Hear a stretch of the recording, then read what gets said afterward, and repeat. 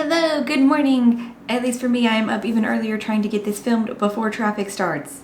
Yes, fingers crossed. And we have an interesting list of books that I have made my clips even bad computer bigger so that I can read them without being like all up on the screen. Hopefully my eyes will be okay with the screen today. There will be timestamps for each genre, of course.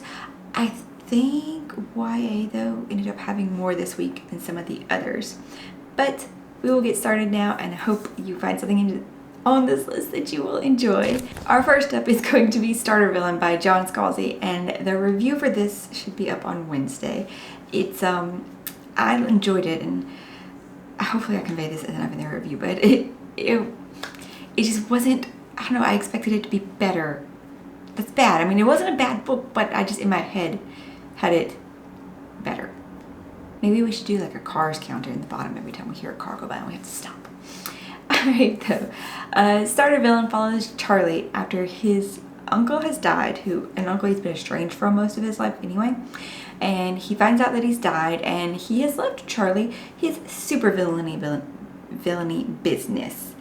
And it's just a shock. It's a shock to Charlie. He knew his uncle was kind of a billionaire, but to be left this company that is for this, and it comes complete with its island volcano layer. But it's interesting though, because he goes to the island and everything. He's like, oh, I thought it'd be harder to get here, and they're like, why? We're on Google Maps. Because I mean, in today's day and age, it would be. Everything's on Google Maps. But he's also like has a lot of legit businesses working out of this, and it is not the super villainy thing that you would think of. But yeah, it's like it's up to Charlie to win this war his uncle started against a league of supervillains. But with unionized dolphins, a hyper-intelligent talking spy cast, and a terrifying hench person at his side, going bad is starting to look pretty good. In a dog-eat-dog world, be a cat. Because this cover, oh my gosh, this cover was, yes. Next, we're moving into fantasy, starting with fantasy romance. Actually, both of them might be fantasy romance, but okay. It's The Unfortunate Side Effects of Heartbreak and Magic by Brianna Randall. And it said it's for fans of Practical Magic and Gilmore Girls. Sadie Reveillere has always believed that the curse of 4 heartbreaks that accompanies her magic would be worth the price. But when her grandmother is diagnosed with cancer with only weeks to live, her first heartbreak, Jake McNeely, returns to town after a decade, her carefully structured life begins to unravel.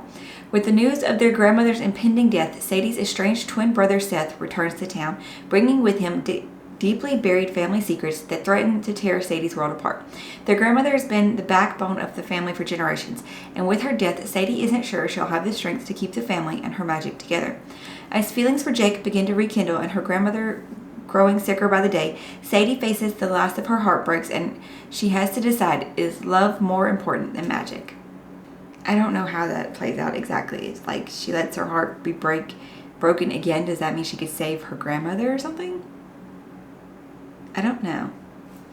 It's like they're weaving those two things together in the synopsis, and I'm not sure how that's supposed to go down. Next is another fantasy romance. It's A Crown of Ash and Silver by B.C. Fajon.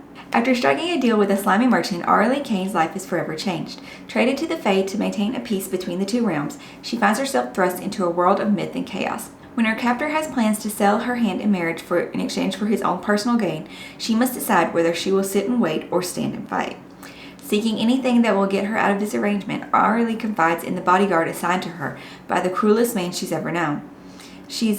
As she uncovers the truth of her bloodlines and magic, she discovers that her quiet guard has more than a few secrets of his own. Together they dig up a forgotten evil, and Aurelie finds that cold death shines brighter than the summer sun, and the good she once knew is no better than the poison in her heart. One thing rings true despite the chaos that surrounds her. The Winter Court King has returned from the ashes, and he would burn for her even if it meant losing the throne he desired more than anything else. He'd light the torch and watch the sky turn gray to keep her safe. To uphold a treaty of peace or give in and harness mayhem, her choice could be enough to tear the kingdoms apart. From there we move into YA fantasy. The first is The Forest Grimm by Catherine Purdy. Now I feel like I've seen this cover before, or seen the book before, but like not this year. I don't know. Maybe. I'm not sure. Tell me again, Grenmere, the story of how I die. The Midnight Forest, the fanged creature, two fortune-telling cards that spell an untimely death for 17-year-old Clara. Despite the ever-present warning of her fortune-teller grandmother, Clara embarks on a dangerous journey into the deadly forest grim to procure a magical book, Sortes Fortuna, the Book of Fortunes, with the power to reverse the curse in her village and save her mother. Years ago, when the villagers whispered their deepest desires to the book, its pages revealed how to obtain them. All was well until someone used the book for an evil purpose, to kill another person. Afterward, the branches of the forest grim snatched the book away, the well water in Grimm's Hollow turned rancid, and the crops died from disease. The villagers tried to make amends with the forest, but every time someone crossed the border, they never returned. Now, with no alternative, Clara and her close friend Axel, who is fated and never to be with her, have set their minds to defying fate and daring to accomplish what no one else has been able to do before. But the forest, alive with dark, deadly twists on some of the most well-known fairy tales, has a mind of its own. I'm okay with that sounding. And our next YA fantasy is the one that I think is going to be in the Owl Crate box. I think if I'm remembering the descriptions right between the two boxes, I think this is this, which is another one that the name this time sounds familiar more than just a description. Like, hasn't this been out before? This one, though, is A Study in Drowning by Ava Reed. Effie Sayer has always believed in fairy tales. Haunted by visions of the Fairy King since childhood, she's had no choice. Her tattered copy of Ongrad, Emrys Mirrodin's epic about a mortal girl who falls in love with the Fairy King, then destroys him, is the only thing that keeps her afloat. So when Mirrodin's family announces a contest to redesign the late author's estate, Effie feels certain it's her destiny. But musty, decrepit Harith Manor is an impossible task, and its residents are far from welcoming, including Preston Haraloy, a stodgy young literature scholar determined to expose Mirrodin as a fraud. As the two rivals piece together clues about Mirrodin's legacy, dark forces, both mortal and magical, conspire against them, and the truth may bring them both to ruin. Part historical fantasy, part rivals to lovers romance, part gothic mystery, and all haunting dreamlike atmosphere, Ava Reed's powerful YA debut will lure readers who love the Atlas Six, House of Salt and Sorrows, or Girl and Serpent and Thorn. I added an extra word there, Girl, Serpent, Thorn. Our next YA fantasy is actually the third in a series. I don't know if this is the last one, but it's the third one. It's A Crown So Cursed by L.L. McKinney. This is book 3 in the Nightmareverse series, where we're following Alice in a different sort of wonderland. The first one was A Blade So Black. It's the first time the nightmares came, it nearly cost Alice her life. Now she's trained to battle monstrous creatures in the dark dream realm known as Wonderland, with magic weapons and hardcore fighting skills.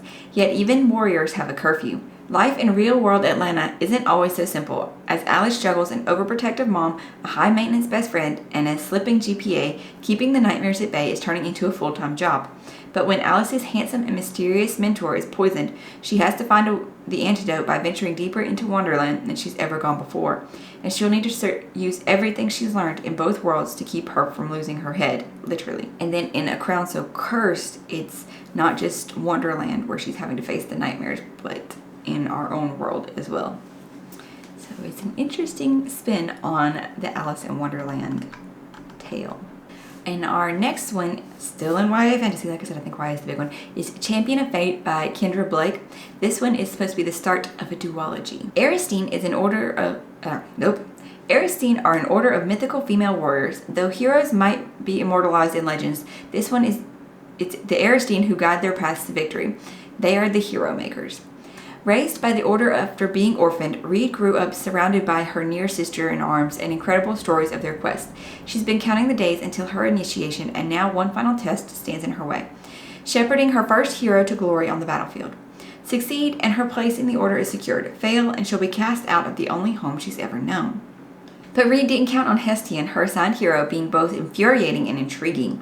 When their strategic alliance turns into something more, it forces Reed to question the cost of becoming an Aristine. As battle looms and the fate hangs in the balance, Reed must make an impossible choice, her hero or her order. Oh, so he's supposed to die on the battlefield. Hardly seems heroic. Heroes should be, survive the battle. At least the first one, jeez. Be heroic and to, save people and do great things and more than once. Now we have a YA thriller. It's How to Find a Missing Girl by Victoria Wozenak. Okay, yeah, this is the first book, that's right. But it starts out like with something that happened before. It says, a year ago, a beloved cheerleader, Stella Blackthorne, vanished without a trace. Devastated, her younger sister, Iris, launched her own investigation, but all she managed to do was scare off the police's only lead and earn a stern warning. Once she turns 18, more meddling will mean prison-level consequences. Then, a year later, the unthinkable happens. Iris's ex-girlfriend Heather goes missing too, just after dropping the polarizing last episode of her true crime podcast all about Iris's sister. This time, nothing will stop Iris and her amateur sleuthing agency from solving these disappearances. But with a suspicious detective watching her every move, an enemy turned friend turned maybe more to contend with, and only 30 days until she turns 18 is a race against the clock for Iris to solve the most dangerous case of her life. So this one's supposed to be A Good Girl's Guide to Murder meets Veronica Mars. Which I've never read A Good Girl's Guide to Murder, but I did like Veronica Mars. We'll see. Now we move into mystery with a cozy mystery. This is number 4 in the Thursday Murder Club series, The Last Devil to Die by Richard Osman. It's a female the first one, though, follows 4 septuagenarians with a few tricks up their sleeves. A female cop with her first big case, a brutal murderer. Welcome to the Thursday Murder Club. In a peaceful retirement village, 4 unlikely friends meet weekly in the jigsaw room to discuss unsolved crimes. Together they call themselves the Thursday Murder Club. When a local developer is found dead with a mysterious photograph left next to the body, the Thursday Murder Club suddenly find themselves in the middle of their first live case. As the bodies begin to pile up, can our unorthodox but brilliant gang catch the killer before it's too late? This series does sound cute, and I've heard so many good things people talk about it. Next, we have a thriller, which they've been going pretty okay, but this one is set in 1978, so I don't know. Maybe, I don't know. It's Bright Young Women by Jessica Knoll. The book opens on a Saturday night in 1978, hours before a soon-to-be infamous murderer descends upon a Florida sorority house with deadly results. The lives of those who survive, including sorority president and key witness Pamela Schumacher, are forever changed. Across the country, Tina Cannon is convinced her missing friend was targeted by the man papers refer to as the All-American Sex Killer, and that he struck again. Determined to find justice, the two of them join forces as their search for answers leads to final shocking confrontations. Our first fiction, though, is also kind of a mystery. This is The Golden Gate by Amy Shao. In Berkeley, California in 1944, homicide detective Alice Sullivan has just left the swanky Claremont Hotel after a drink in the bar when a presidential candidate is assassinated in one of the rooms upstairs. A rich industrialist with enemies among the anarchist fractions on the far left, Walter Wilkinson would have been targeted by any number of groups. But strangely, Sullivan's investigation brings up the specter of another tragedy at the Claremont. 10 years earlier, the death of a 7-year-old Iris Stafford, a member of the Bainbridge family, one of the wealthiest in all of San Francisco. Some say she still haunts the Claremont. The many threads of the case keep leading Sullivan back to the 3 remaining Bainbridge heiresses, now adults, Iris' sister Isabella and her cousin Cassie and Nicole. Determined not to let anything distract him from the truth, not a powerful influence of Bainbridge's grandmother or the political aspirations of Berkeley's district attorney, or the interest of China's First Lady, Madame Chiang Kai-shek. In his findings, Sullivan follows his investigation to the devastating conclusion. Our next fiction is also kind of a horror, so we're edging into the spooky season. This is Black Sheep by Rachel Harrison. She is also the author of Cackle and Such Sharp Teeth. It came out last year, I think that one came out last year. But this one is different. Nobody has a normal family, but Vesper Wrights is truly something else. Vesper left home at 18 and never looked back, mostly because she was told that leaving the staunchly religious community she grew up in meant she couldn't return. But then an envelope arrives on her doorstep. It's an invitation to the wedding of Vesper's beloved cousin Rosie. It's to be hosted at the family's farm. Have they made an exception to the rule? It wouldn't be the first time Vesper's been given special treatment. Is this invite a sweet gesture, an olive branch, a trap? Doesn't matter. Something inside her insists that she goes to the wedding, even if it means returning to the toxic environment she escaped, even if it means reuniting with her mother, Constance, a former horror film star and forever ice queen. When Vesper's homecoming exhumes a terrifying secret, she's forced to reckon with her family's beliefs and her own crisis of faith in this deliciously sinister novel that explores the way family ties can blind us as we struggle to find a place in the world. And our last book of the week is a nonfiction. I actually have another nonfiction, and mostly just because I found the cover. And I was like, oh, it's so pretty. It's so cute. It's Of Time and Turtles, Mending the World, Shell by Shattered Shell by Cy Montgomery, and Matt Patterson is the illustrator. It's 350 plus species living on 6 continents, lives lasting a century or more and passing a breathtaking array of talents. Of Time and Turtles is a magical portal to the truly wondrous world of turtles. Fire Chief, Pizza Man, Pepperoni, and Apricot, just to name a few, that we meet along the journey, and the people who tend, protect, and rescue them. A beguiling work of memoir and natural silence and storytelling, rippling with curiosity, compassion, and delight. So it's our author where she spent time following in the lives of these turtles who took care of them, investigating things about turtles. So yes, I wanted to include it in this list. That is all for this week's list of new releases.